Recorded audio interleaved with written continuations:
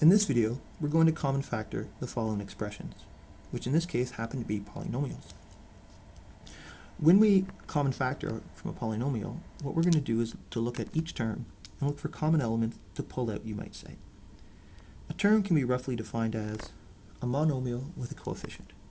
So 9x would be one term, 27xy would be another term, and negative 30z would be the last term. So we'll start by looking at the coefficient component, which is the numeric value. So 9, 27, and 30. And I'll ask myself, what is a common factor to all three of those values? And the answer would be 3. Next, I'm going to look at the variable component.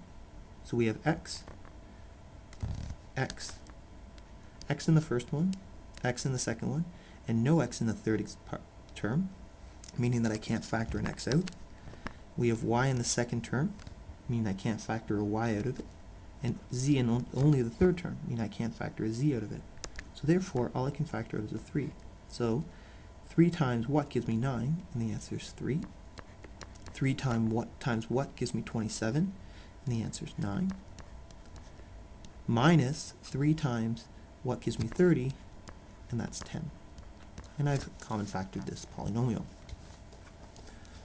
The next one looks a little bit more challenging, but what we notice is all of these have a common denominator. And that means I can factor out that fraction. To help you see this, another way to look at it is to think of it as 1 over 2 times x squared plus 1/2 times 5 times x plus 1/2 times 6. Now, it's not necessary to write out this question in this form, but it's useful because it allows us to see that a common factor for all the coefficients is 1/2. So what I will do here is I'll factor out the 1/2, and that will leave me with x squared plus 5x plus 6. If you were asked a common factor, this is the point where you would stop. And it'd be okay to go directly from the first step to the third step. However, for those of you that are comfortable with quadratic factoring, and if you haven't learned it, it's something you'll learn shortly,